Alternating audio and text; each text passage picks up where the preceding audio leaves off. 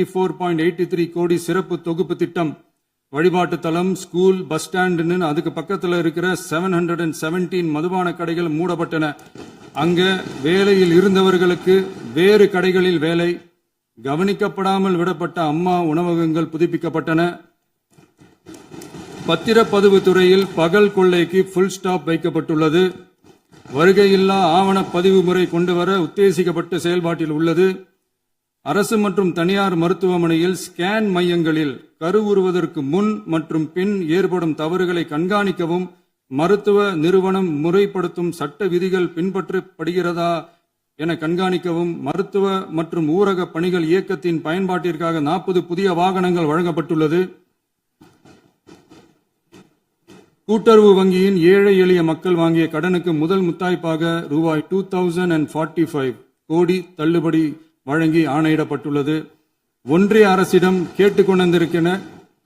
கேட்டுக்கொண்டதற்கிணங்க கடந்த 2 வருடமாக நிறுத்தி வைக்கப்பட்ட இருந்த ஜல் ஜீவன் மிஷன் திட்டம் புதுப்பிக்கப்பட்டு ஜல் ஜீவன் மிஷன் திட்டம் 2.0 நடைமுறைக்கு கொண்டு வரப்பட்டுள்ளது.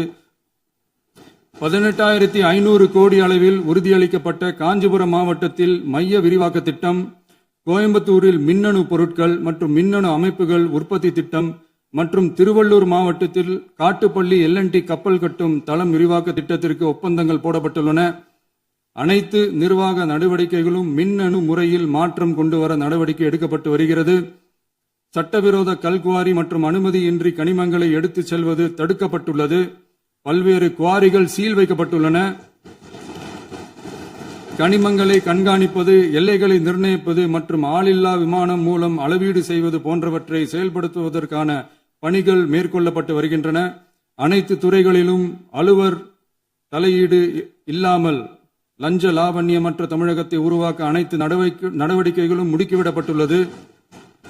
இதெல்லாம் சாம்பிள் தான், இன்னும் இருக்கு. இந்த வெறும் 40 நாளுக்குள்ளேயே இவ்வளவு செஞ்சிருக்கோம்னா இனி வர்ற நாட்கள்ல கொஞ்சம் கொஞ்சமா படிப்படியா ஸ்டெடியா உழைச்சி லஞ்சலாவணம் இல்லாத, ஊழல் இல்லாத, பெண்களுக்கு பாதுகாப்பான, சுதந்திரமான, டிரான்ஸ்பரண்டான தமிழ்நாட்டை நம்ம சொந்தங்களான தமிழக மக்களுக்கு தர்றதுதான் நம்மளோட ஒன் அண்ட் ஒன்லி டார்கெட்.